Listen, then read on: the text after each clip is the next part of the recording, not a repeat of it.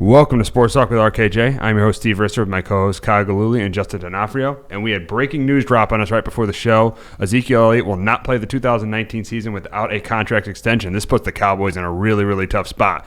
Dak Prescott's contract is up at the end of the year. Amari Cooper's contract is up at the end of the year. And also Jalen Smith's contract is up at the end of the year. So this is putting the Cowboys in a really tough spot, and this is really selfish for Ezekiel Elliott that with 2 years left on his deal that he can't come to training camp. This is very, very selfish of Ezekiel Elliott right now. But you also could look at it on the flip side that it all started with Todd Gurley making $50 million for the Rams last year, and that caused Le'Veon Bell to hold out, and definitely could cause the same for Ezekiel Elliott. Yeah, it definitely could be. And yeah, you have 2 years left, so I think he wants to get paid now for protection in case if he does get injured. Because as a running back, you get hit so often. He wants that money now before maybe something happens to him. So yeah, it's really puts the Cowboys in a tough spot because Dak Prescott's rookie contract's up after this year. Amari Cooper, then they're both gonna get paid a lot of money. So it really does put it in a tough spot. It is selfish by him that he does still have 2 years left, but you kind of see on the flip side he wants that protection. But if the Cowboys don't have him, it could be a really, really tough year on the offensive side of the ball for him. Yeah. The problem I would have is the fact that he's trying to jump the line. I mean, like you said, he has 2 years left on his deal. And now, remember, he was a high draft pick, so it's not like he's getting paid, let's say, Dak Prescott money. The dude's made his money. And I look it up, only running backs getting paid more than him.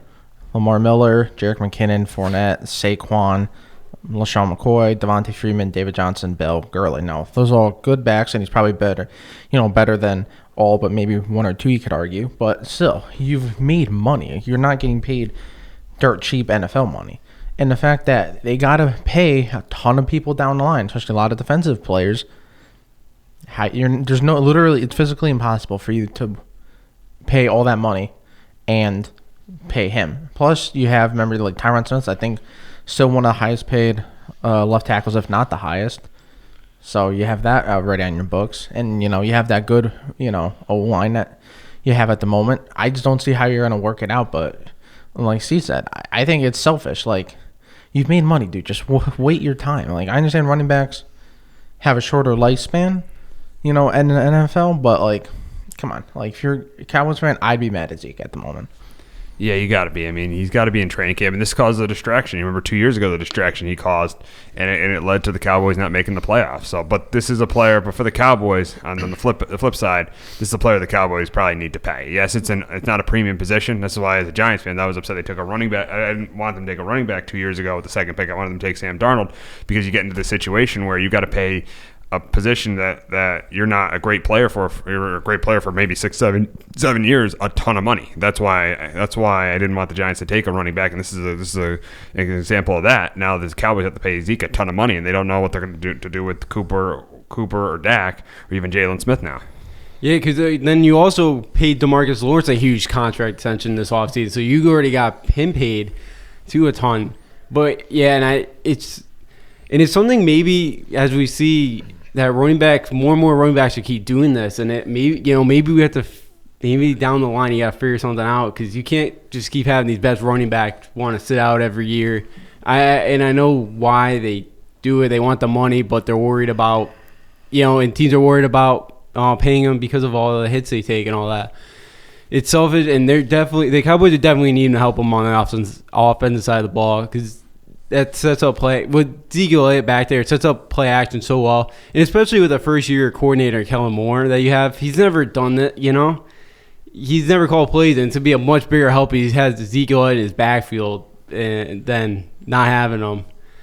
It could be a tough year for the Cowboys if they don't, but they have to pay him. I'd rather have him than Dak Prescott. Yeah, I mean, I definitely would. Although the only issue is that, I mean, you're going to have to pay both. So there's no way you're going to lose one of those two. There's no way you're going to lose Cooper because obviously you traded the first-round pick. That'd just be dumb. You're not going to lose Jalen Smith. So down the line could be Byron Jones, but you need a lockdown corner nowadays. So, maybe, something happens when Van Der Esch's contract is up. Maybe he ended up trading someone that he signed, something like down the line. But honestly, if I'm them, I would just trade Zeke, yes. Is he one of the better running backs, if not the best? Yeah, you could definitely argue the best. But when is his what's the word I'm looking for? What haul are you going to get for him at this point? Like, I don't think it's going to be better. His value for other teams, I don't think it's going to be higher than it is now. But it's going to be hit or miss, because if they don't get him, their backups, obviously no one's backup is going to be Zeke. Like, we all know that. So that's going to take a lot of, or not take a lot, but it's going to give even more pressure towards Dak, which he's not been able to deal with that, I don't think, too much, when he's had to be the focal point of the offense and pass, 40 plus, let's say. Especially with Kellen Moore. I feel like it's a lot easier just to call, a run play and have Zeke be like, just run Zeke to the right, run Zeke to the left. That'd be a lot easier. And like you said, set up the play action, then you have one-on-ones with, possible one-on-ones with Amari Cooper, and if they double him, that opens spots for Zeke. Or, possibly with Randall Cobb now that they got to replace Cole Beasley. So, good luck, Cowboys. Yeah, it's going to be really, really interesting to see what the Cowboys do, what the Cowboys do with all these guys, with Cooper, with Zeke, with Jalen Smith. It's going to be really interesting to see what they end up doing with those guys. We'll shift our attention over to the Patriots and Tom Brady getting a contract extension, 2-year contract extension for the Pats on Sunday, and it looks like he'll be the quarterback till he's 44, maybe 45 years old for this team. Yeah, and it's nice that they got it done. And people, I know there's a couple of guys, especially in the font, I know there's a few people I heard from that were saying, "Oh, is he gonna end up in free agency on this?" It's like, I don't think the Patriots are ever gonna let him walk, and I don't think like the Patriots are gonna let him go to like Miami or something. Yeah. Well, if he was ever to leave the team, it'd be via trade. That's the only way. Yeah, I don't think they were going to let him go on free agency. And it was nice that they gave him $23 million, because I know for what he's worth, he always takes that pay cut. And I know that they have the void too. So the Patriots kind of have, for next year as he'll be a free agent if they don't come up with something before March of next season. But it's really nice to have him back, and and look, if he keeps playing as well as he is, there's no point to get rid of him yet. So, yeah, I don't know where him and Belichick stand on all that, because we all know that. But it's good that they came up with this deal. Yeah, I'm reading 2 tweets for people, people that know the NFL, and they said that based on the reports that they're hearing from about the contract, that they're essentially just giving Brady a raise and using the last the 2 void years to just handle salary cap, because it'll lessen the hit, even though they're giving him more money. And then Ian Rappaport was saying that Tom Brady's deal includes a provision that does not allow the New England Patriots to franchise or transition tag him after the season, and the final 2 years automatically void the last day of the 2019 league year. So really, I don't think anyone's ever done this, as far as I know. The only other team I heard was like Drew Brees a couple years ago, when he signed like a 5-year extension, but really was like a 2-year. Essentially it was 3 void years just to lessen the cap hit. But it's genius of Belichick, lessens the cap hit, allows you more money, potentially, maybe Trent Williams or, something like that, to help out the left tackle spot. But it's a traditional Belichick move. It's smart. And like I said, Brady has always been underpaid severely. I mean, that guy probably should be the highest paid quarterback every single year. Probably you can argue since like 2007, when his stats in particular took off. But, the guy's getting paid dirt cheap for what he should get. Yeah, and I think he's been the best quarterback in the league since like 2003, 2004. I mean, yeah, he's been 1A and 1B at times with Peyton and Rodgers, but he's probably been arguably one of the best quarterbacks outside of last year. I'd say from like 2003 to 2017, he's probably been the best quarterback, arguably the best quarterback in the league. Because last year he wasn't, let's be honest. Yeah, Mahomes, that was an incredible rookie. But yeah, for the last, before that, to what you were saying, about last 10, 15, yeah, he had definitely been the best quarterback, and he definitely should have been getting like $30 million or what, like being the highest paid quarterback. But, he's been good to take that pay cut so that he can get better guys around him. So, for him, it's pretty much a win-win, it feels like. He's not all about the money. Yeah, I mean, he's getting, with this boost, raise that he's getting, I think it was like under slightly under like 250 million for his career. That's not counting endorsements.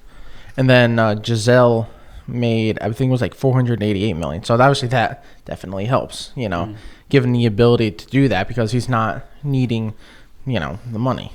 But it's the thing, I don't understand why, as a Patriot fan, with other teams and players, I understand, like, if you're not in a situation, get your money. I understand why people think like that. How about, the family and, future family.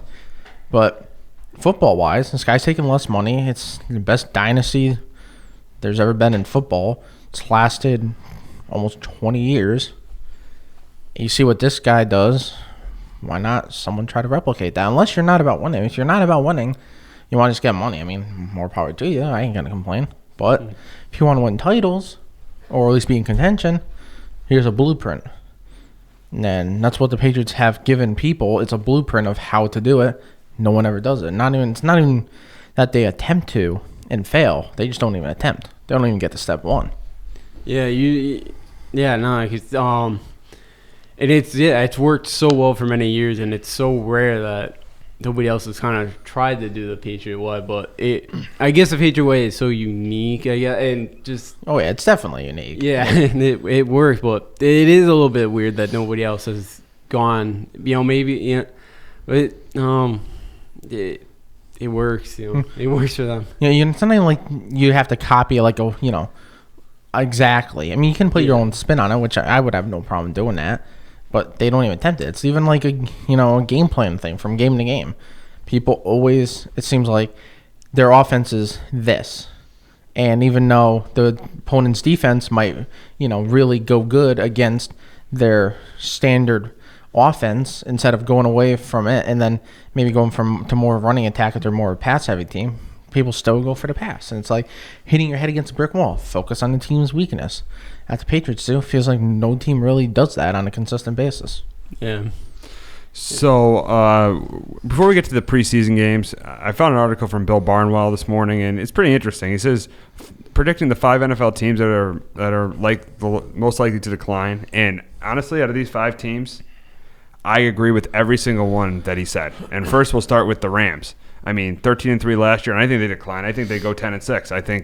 I think that with losing pieces on the offensive line, and I said this in my NFC West preview video, with losing Roger Stafford, losing John Sullivan retiring, Andrew Whitworth getting up there in age, and Ty Gurley's knees, I think he's right about that. I have them as a 10-6 team, and I have them declining a little bit this year. Yeah, I do too. I don't. Let's see how Gurley comes out this year after he kind of get banged up at the end of last year.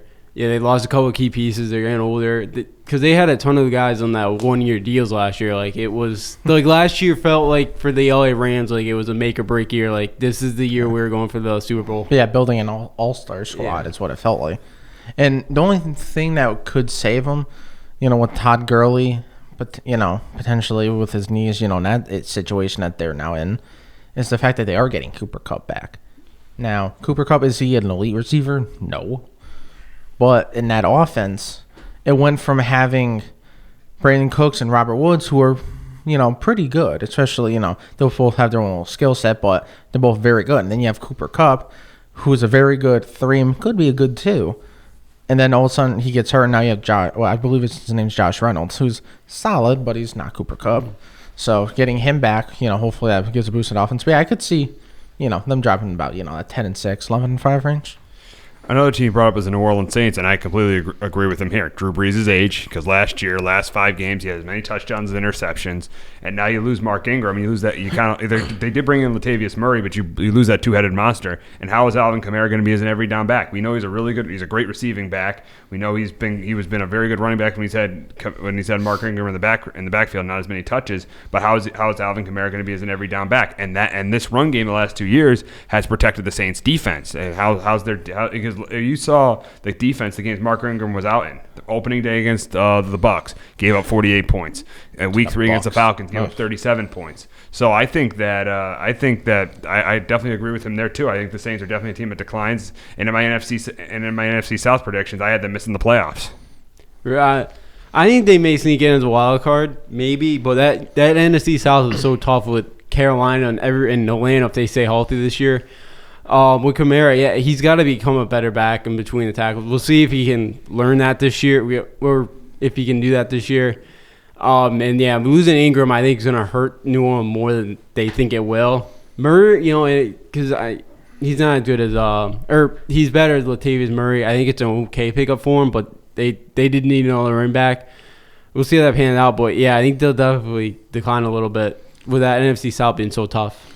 Yeah, I definitely think you'll see some slight decline because, you saw last year, Drew Brees, there was maybe like 5 games where he threw under 200, and then there was a couple where it was just like literally a hair over 200. And yeah, losing Mark Ingram, that loses your two-headed monster. Latavius Murray brings a little bit more speed, and then Mark Ingram did, but a little bit less power. But yeah, I don't think he's nearly as the back that Ingram is. And with Drew Brees getting up in age, his thing is he always is going to be cerebral in his thinking. He's going to be probably the smartest guy in the room all the time when talking football and on the field. The only problem is you saw towards the end of the year the play kind of decline. It seemed like he was getting tired. Now, like Steve said, how's Kamara going to do as every down back? Can he do it? I mean, if he can do it, I think he could be right up there, putting some stats up that Christian McCaffrey was doing last year. But do you want to bank on that? It's, your decision.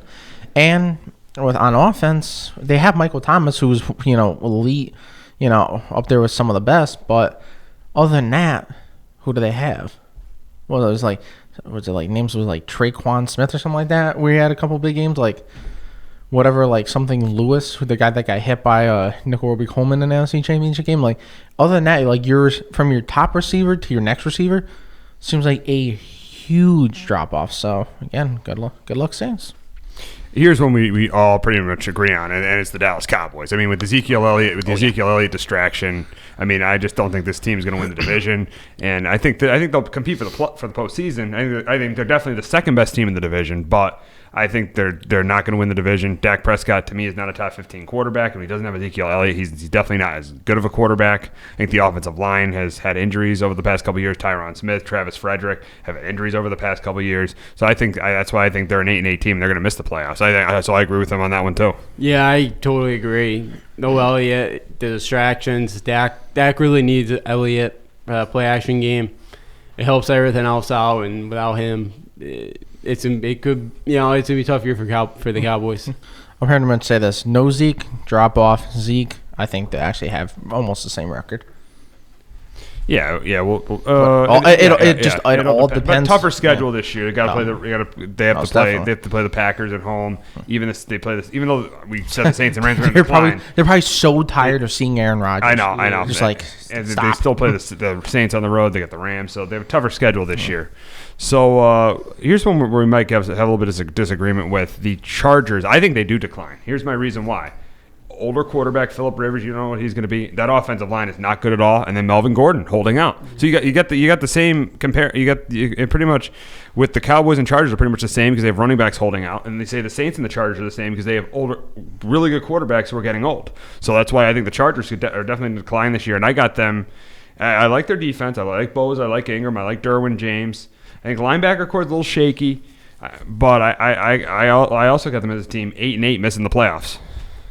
Yeah, I'm actually agree with you there, see, because their defense is going to be really, really good again. Yeah, and let's see what we get back. Let's see what we do get from Rivers. And without Gordon, I think it's going to be tough for them. They have a couple decent backups, but it's only like Melvin Gordon here. And what we saw from Phillip Rivers in the playoff game, the Patriots was pretty ugly. So I wouldn't think it's going to be that. He's going to be that bad for the Chargers next year, but it could be definitely a downfall without Melvin Gordon backfield. I think then you'll see a slight decline. I mean, they were 12-4 last year. I mean, I don't think they're going to miss the playoffs. I just think they're just too talented. Unless them not having that offense could hold them back with the O-line, the run game, and Rivers' age. Unless Gordon just completely sticks out, because Austin Eckler is a good kind of change of pace back, and you can mix him in every now and then, but he's not going to be the consistent number one back, which Gordon can when healthy. But I just think mainly because his defense is too talented. I don't think they're going to miss the playoffs. But I would see about about like an 11-5 record. So slight decline in record. And the last team is the Miami Dolphins, and I think I completely agree with that. I mean, I think they're going to downgrade at quarterback this year. Welcome to the number one pick. Yeah, with either Rosen or Fitzpatrick. And I think it was a huge mistake letting Adam Gase go. That team won 7 one-score games last year, and you can't find a way to keep your head coach, who's I think a pretty good head. I mean, honest, I think he's a pretty good head coach in this league, being replaced by Brian Flores, who is not an offensive mind, and we all know what happens to Belichick assistants in this league. They don't really have success. So I definitely think that the Dolphins are definitely going to decline this year. I got them going 4-12, and I'm doing my AFC's preview today. I got them going 4-12, especially if Ryan Fitzpatrick starts the year at quarterback. That's a huge mistake if that happens. Fitzmagic. Yeah, it's gonna be a tough year for Miami. Then they weren't terrible last year. They were okay. They were 7-9. They won a lot of close games. Should have been 6-10. Oh, I know, the miracle Miami. Yeah, Hit my head on the mic. That was a tough one, but Said this.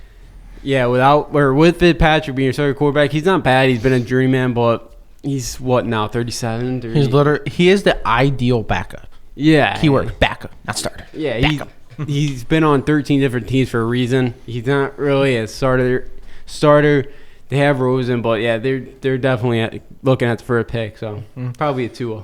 Yeah, I would say they're either going to get the first pick or the second pick, yeah, because I think obviously they're in decline. I could see 2-14. I could see 1-15. That wouldn't surprise me if 0-16. But I don't think it'd be that bad. But, it's going to be struggle because they got to make a decision. Again, is it going to be Josh Rosen? Is it going to, for some reason, be Fitzpatrick? Or at the end of the season, or Josh Rosen going to be on his third team in 3 years? Which honestly, I don't think Josh Rosen getting a fair chance. Yeah. Period. Like if he was at least on a decent squad that can show off some of his talent, like that'd be nice for the man. But yeah, I could see them being right there going for Tua. So good luck, Miami. Just don't beat us in Miami, please. Yeah. They definitely could be in the running for Tua. So we'll go over the Week 1 preseason schedule. We'll start with the MetLife Bowl, the Jets and the Giants. I think what to look for in this game is how is Daniel Jones going to be? I mean, I think obviously Eli will probably start the game, but Daniel Jones will get a ton of time, and it's going to be really interesting. He probably won't play against the Jets ones, but it'll be interesting to see how Daniel Jones is. And I think on the Jets, for the Jets, be interesting to see how this new offense with Sam Darnold and Adam Gase is. I don't know. I doubt Le'Veon Bell will play, but to see how this offense is with Sam Darnold and Adam Gase.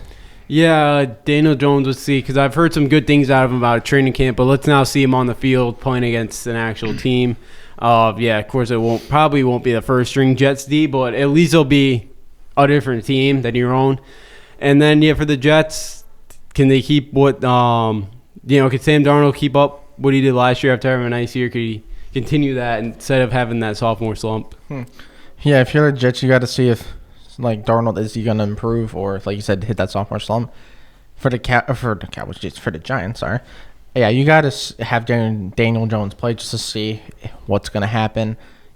See what you got there on playing in an NFL game, although preseason. Well, other than that, I wouldn't even someone like Saquon, I wouldn't they better not put that man out there. I would say that man. Give him a little bit in week 3, maybe a drive in week 4. But if I'm the Giants, do not play Saquon. Don't risk that, man. Please. I agree with you there, Kyle. I definitely agree with you there, Kyle. So we got the Redskins and Browns. OBJ's first game first look at OBJ with the Browns, and I think that's something to look for. And Baker Mayfield. And what did you guys think of him the other night at the Indians game? It was funny. That's funny. That's Baker. That's Baker in a nutshell. That's Baker. Shouldn't be watching some film. Is that a shotgunning beers at an Indians game? Should be watching some film. I guess you have a little fun. Who knows? Maybe he was doing that in the morning because I know that was a Saturday night game. Yeah. Maybe he was doing that in the morning. I have a little bit of an issue with that. I got an issue with Baker's maturity. He's just trying to endear himself to Cleveland, because what star that's been in Cleveland hasn't left at some point? Everyone, literally LeBron, that was born in Akron, was like goodbye, and then he said goodbye twice. Yeah. So I don't know. I can understand why he did it. But again, we don't know. He might have been watching film earlier. He might have been done it when he got home. You never know. But Baker is one of a kind, to say that way. He sure is. And we got Dwayne Haskins' first game with the Redskins. We'll see who ends up starting him. I think right now Colt McCoy's the leading quarterback in the depth chart. That's going to be the biggest thing with the Redskins. You got 3 quarterbacks could be the starter: Colt McCoy, Case Keenum, and you also got Dwayne Haskins. So it's going to be interesting to see what happens with the Redskins there. Yeah, it will be, and I'm really excited to see Dwayne Haskins play. And I know really it may not matter too much, but he'll be back in Ohio where he played college, of course, at Ohio State. So that, give him that extra little boost, maybe. Yeah, maybe it does. I don't know, but I'm curious to see how much they'll play Odell and Baker to see what that chemistry is like, or how good they are together already. Depends on how much they play. I'm interested to see that, but yeah. I would say, obviously Dwayne Haskins is going to have to play somewhat. The thing, I just feel so bad for him, the fact that he's on Washington, because the fact that they have really no weapons. Yeah. Josh Doxson, what they drafted, 3 years ago, something like that. He hasn't panned out. It's just like, I'd want to see the man succeed because it seems from it, and tell the guy's a nice dude. He was talented, in college. He, wasn't just a system, quarterback that played in some gimmicky offense. Dude could legit throw the ball. But yeah, you got to play him somewhat. But I think most of the big name players for the Browns probably aren't going to play. I think since Kareem Hunt's suspended, but can he still play in preseason? If I'm not mistaken, I don't know. I think he can. So maybe maybe he ends up playing. You can look towards what the Browns are going to get, and after his suspension, which is fair. Not really. No. Because the level of talent that's on the team is ridiculous, especially after running back Chubb and Kareem Hunt. Great. Yeah. So we got your Pats in action on Thursday night in Detroit against their former head coach Matt Patricia. Destroy him. Should be interesting. I doubt Brady's going to play. I don't know. Stafford will probably play because the Lions usually play their starters in preseason. So there really isn't really. Is Trey Flowers going to play? That's going to be the question. Danny Amendola going to play. So you get to see some former Pats because you won't play the Lions in the regular season. So you do get to see some former Pats. Thank God. Yeah, one of my friends, a Lions fan, thinks this is going to be the matchup in February. Yeah, I don't know. He thinks it's a preview of February. No, drug test that, man. Yeah, but it should be interesting to see the line. How many of those former Pats play for him. And who knows? Patricia may want to beat Belichick again. Who knows? It seems like the Lions beat us last year. It seems like the Lions always beat us in preseason. It seems like we always. You did lose them last year. Yeah. Then I think they beat us 3 or 4 years ago too. It seems like we always play the Lions in the preseason for some reason.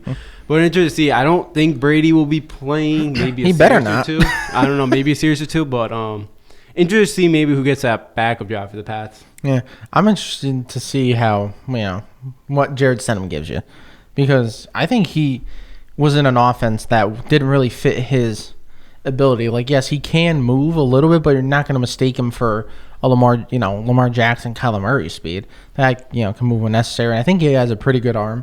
Touch on the ball can use some work, but, you always can develop that, over time. So I'm interested to see what they got into him. I am interested to see how N'Keal Harry is. I want to see what that man's going to give us, because he's one of those contested catch, kind of like Dez Bryant, type receiver, where it's maybe not get a ton of separation, but the 50-50 ball, you can almost lob it up and kind of hope for the best. I'm interested to see that. And Damon Harris that they drafted, the running back from Bama, interested to see how he is, because yes, Sony Michel played amazing for the Pats, especially in the postseason. His stats were insane, and he's obviously in the scoring only touchdown that was in the Super Bowl for both teams. And James White, can give you a good change of pace. He gives you all the catches. But I'm interested to see who gets the spot, that third running back, because they love to do kind of like a running back by committee situation. And Rex Burkhead's solid. He's an okay player. Brandon Bolden, he's only really a special teams for the most part. Although, of course, that one Miracle Miami game, he ran out 7-yard touchdown. I was like, you really? But okay. So I'm interested to see what Damon Harris is going to give us, because I think he can give that nice possible boost to the offense. So I'm interested to see the rookies. Other than that, the normal starters, don't play them. Yeah. Or the other one, I want to see what Opie gives them. See if he can earn a spot, because I like to see some people that are physically talented freaks that have ability that no one else has, kind of height and speed, which he has. So see what he gives us. Absolutely. So we got the Falcons playing the Dolphins, and I think the most interesting thing in this game is the quarterback competition in Miami, and I don't get why Ryan Fitzpatrick is winning that quarterback competition over Josh Rosen. I don't get how any head coach could start a 36-year-old journeyman over a 22-year-old who's a first-round pick. That just makes no sense to me at all. I think I said this last week, but I just think maybe it's just they're teaching him that he may be learning the offense a little bit slower than Fitzpatrick is, and maybe learning NFL defenses. Maybe that's kind of my only saving grace. Hopefully, so let's see, how much each of these two play. They also have Jake Rudock, but I don't think he's competing for the starting job. You sure hope not. For Atlanta, it probably just keep moisture. They finally got guys healthy. So I don't think we'll be seeing, ton of first string guys especially for that defense. Yeah, so I don't think they want him getting hurt now. Yeah, so, after last year. But let's see how Rosen does out there. Yeah, I mean, it's gonna be mostly backups. I think, especially for Atlanta, because they don't want to deal with lessen the possibility of injuries as much as possible. Dolphins, I'm interested to see what Rosen does because he's gonna have to play some because you got to see what you have. But I don't know. It's going to be mostly backup, so pretty much just interested to see how Rosen does. Yes. So we got the Titans and the Eagles, and there's not much really in this game that's that interesting because, Carson Wentz probably won't play. See how Ryan Tannehill does. Yeah, see how Ryan Tannehill does. That's pretty much it because he'll probably start a couple games for the Titans this year because Mariota's probably going to get hurt. Yeah. So, literally the same quarterback. Yes. So that'll probably be the thing to watch in that game. Yeah, there's not much. I'm with Ryan Tannehill, pretty much the biggest.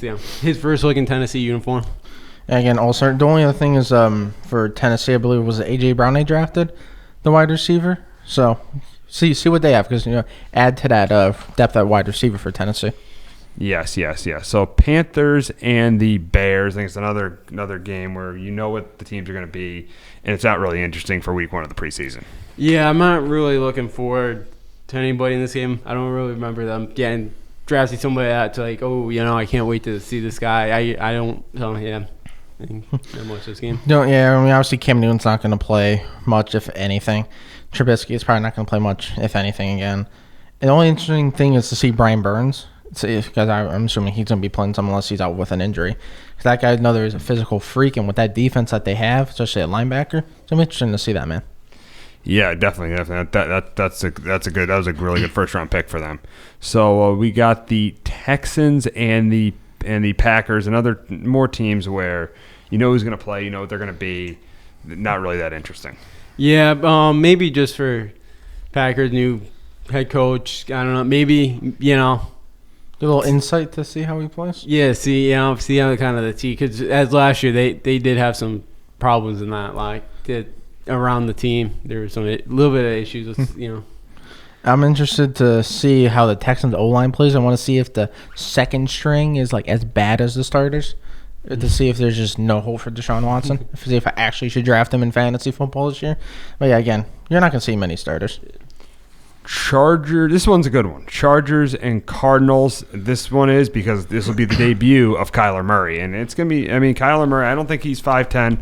I think he's 5'8" or 5'9", but his mobility, his arm strength, we'll see how he ends up playing. And that's going to be really interesting this year to see what Kyler Murray does. Yeah, it will be. And of course, the game's on the NFL Network, of course. Shocker. Of course they put this game on. Got to get the number one pick on TV. Yep. But, it should be interesting how he does in his first game. I know, his first preseason game, and how Cliff Kingsbury runs his offense. It's gonna be like that air raid offense like he had at Texas Tech. It's sadly this is probably going to be the most interesting the Cardinals are going to be the whole year, really, because like you said, see how that offense is run. Get to see a little preview of it. Obviously, he's not going to let all the tricks out of the bag, but it's going to be interesting. Obviously, to see Kyler Murray. It's going to be interesting to see Andy Isabella. See him from UMass. So. Kind of wish Patriots drafted him, but it's what it is. I believe they also drafted, it was Hakeem Butler, if I'm not mistaken. They drafted him. So you have rookies for days, especially on their offense. Obviously the quarterback and 2 wide receivers. So it's going to be interesting to see a little preview of this, supposed high power offense. Yes. So we got the Broncos and Seahawks this week in Seattle. Here's the part of this game that I really want to see. How does Drew Lock play? I think we got a glimpse of him last week. But I think Drew Lock's going to play more this week. And the Seahawks, even in preseason, they like to play their starters. That's the one thing about Pete Carey. He likes to play his starters in the preseason. Don't know why. Yeah, it's very risky. It seems like every year you see a couple guys go down with 20 ACLs or something. It's like, well, yeah. Then you look at the head coach with the face of really. Yeah, but Yeah, it should be interesting. July played. He was 7 for 11 last week, 34 yards. Didn't play a ton. Wasn't nothing special. No touchdowns, no interceptions. Wasn't special. We'll see how much more he plays this week. Get that back roll. He's a very interesting quarterback, and probably will. As you just said, he may be going up against first stringer, so it could be interesting to see him go up against the LD. Yeah, I'm interested to see him because you want to see if he can do better than that performance in the Hall of Fame game. It wasn't great. Yeah. He had, you could see the arm that he had, like the guy has a cannon, but it wasn't exactly the most accurate throws in the world. The only other thing I want to see is I'm not sure what his name is at all, but the guy that caught the pass at the end of the Hall of Fame game that made that ridiculous catch, I just want to see that again. I want to see that, man, because it was an impressive catch to make. So, hey, I want to see him on the field. Him and Drew Lock, that's all I want to see. We got the Bucks and the Steelers, and it's a huge year for Jameis Winston. It's good. The part which I'm excited to see is in this game is how Bruce Arians' offense gets installed with Jameis Winston. That's what I'm interested in seeing this game. Yeah, and is there a little bit of improvement for Jameis Winston with this being his contract year and all that? Is there a little bit of improvement? And how Pittsburgh now done with the era of Le'Veon and Antonio Brown? Of course, they're probably not going to play the starters, but how's the flow of the offense and all that without him? Yeah, I wanna see how Devin Bush plays. If he does. I also want to see Jamal Dean because Jamal Dean ran an ungodly fast 40 times. I want to see if is he just like physically gifted and there's no substance with his technique, or does he have something? Then they also have another corner. I'm trying to remember what his name was as well, but he's like 6'2", something like that. So he's also kind of a more physically gifted corner. So see if they actually have something in that corner. And it's also interesting to see how Jameis Winston's season is going to trend, because if he has a terrible year, he ain't going to be here this year.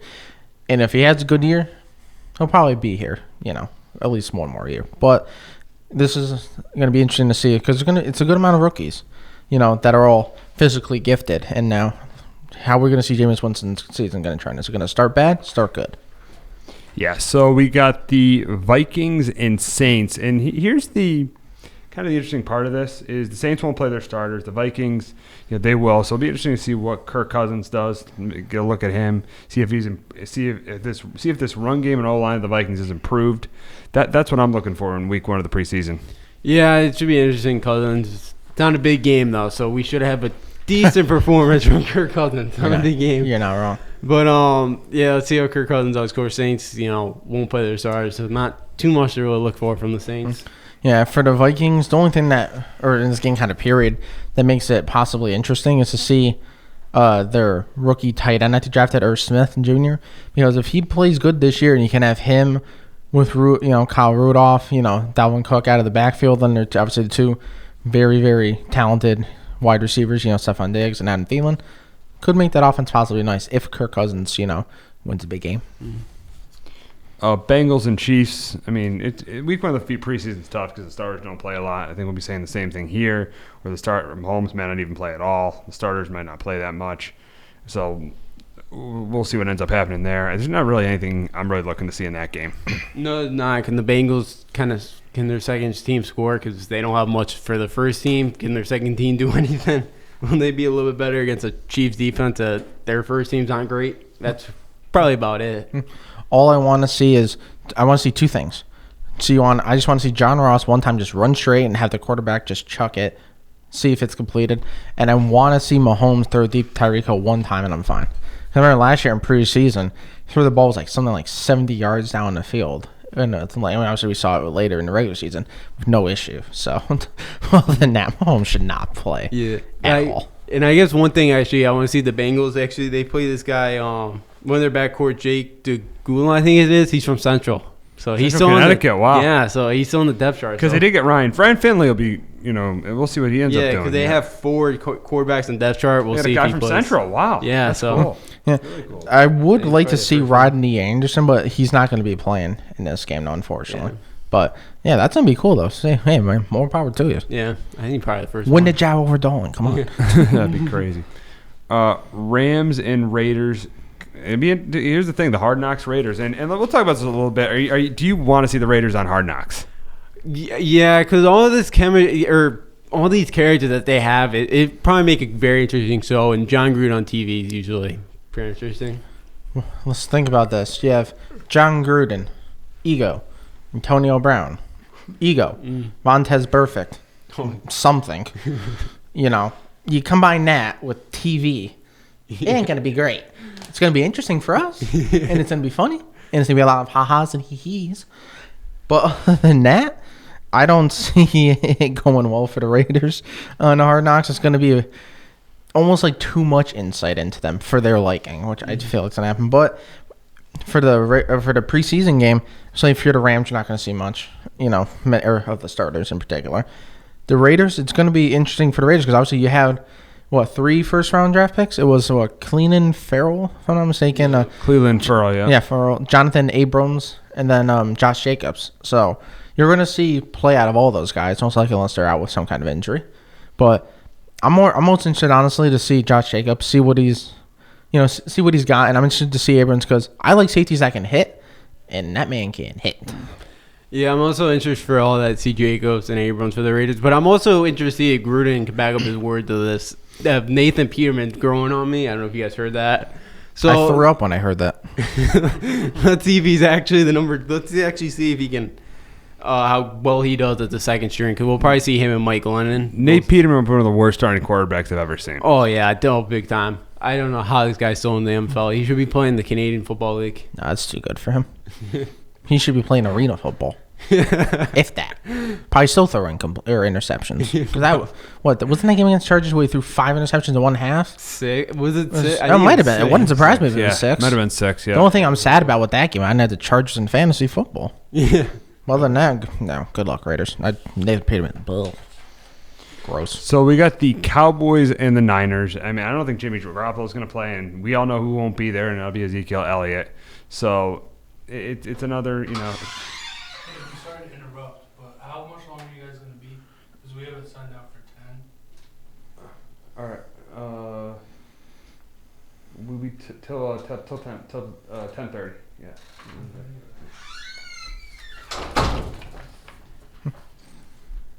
Yeah, so it'll be interesting to see what ends up happening there. Yeah, that will be interesting. Probably, yeah. Of course, no Jimmy Garoppolo coming from last year's ACL injury. But yeah, no Ezekiel Elliott. Not too much to really be looking for here.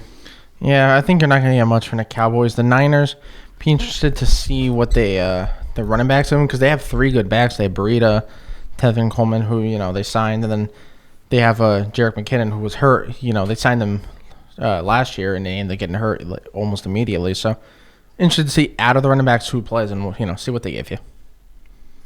Yeah, so that'll wrap it up for our NFL talk, and we'll talk a little bit of baseball, where the Yankees swept the Red Sox this weekend, and that was the Red Sox pitching was terrible. The Red Sox pitching was terrible. The Yankees, even despite their injuries, were really, really good this weekend. Yeah, and again, it's like every I think I said this last week. The starters for the Yankees are so inconsistent, and this weekend they all were together. They were all on. It was great to watch after last weekend where the Red Sox absolutely destroyed them, putting up 44 runs on them. And they did a great job against the top 3 of the order. Rafael Devers and Mookie Betts both had 2 hits of the series. Xander Bogaerts went 0 for 15. Martins really didn't do much either. He had that 1 home run on Friday night. That was really about it. And Chris Sale, they did. Alec Ford said they found something mechanically a couple of days before the start that did not, still did not pitch very well at all. Price again just got shelled in Yankee Stadium, and for the Red Sox, I don't know if you guys heard what Dombrowski said after the trade deadline, but he said we would have made moves if we were close to the New York Yankees in the division. And then at the end of the press conference said we still believe in this team. I think it was kind of that what he said about us not being closer to the Yankees. I think it really did something to this team. Yeah, you should just try to make moves to get closer to the Yankees. Yeah, especially you had a big 4-game series come out that weekend. Sorry to interrupt you again, but even if that's how you feel, you don't say that. Yeah, and I think it really destroyed this team because you can see they were kind of just flat all weekend. They've kind of been flat. They finally won last night. It was an 8-game losing streak for them. This ain't the same team, and I think the hitters are kind of getting frustrated because their bullpen's blown 21 games. I think if you're a Red Sox fan, I think what you got to realize is last year, not that it's an anomaly because the team's not, it's not like the Red Sox are a terrible team and have no talent. They actually have a lot of talent. Just last year, every move that was made, every pickup, that they got went literally perfect for them. You had no issues. They were all perfect. You really didn't have to deal with a ton of injuries. Price, pitched good. Sale pitched good. The Yankees had a little bit of a down, season, I guess you can say. But now, especially with they're not having a ton of injuries, the Yankees are having everyone injured at some point. It's ridiculous at this point. Especially now having to deal with Encarnacion with his broken wrist, which is just like, really? At least I feel like that was the only injury that's happened, that you could really, I don't know what the way to say it, but to really tell, like, he got hit by a pitch. That's happened. Every other injury, it's like, all of a sudden you just hear, you hear something, oh, this guy's on, like, the 10-day, IL. And it's like, how? But right now, here the Red Sox, it's looking bleak. You had a ton of promise after that. Two series ago against the Yankees when they just destroyed them. And the Yankees thank God, were able to save a game out of that. But if you're the Red Sox, like I said, it's looking bleak. Good luck. It definitely is. That's going to wrap it up this week for Sports Talk with RKJ. For my co-host Justin D'Onofrio and Kyle Galuli, I'm Steve Risser. We'll be back next week previewing Week 2 of the NFL and talking a little bit more baseball. Have a great weekend, everybody.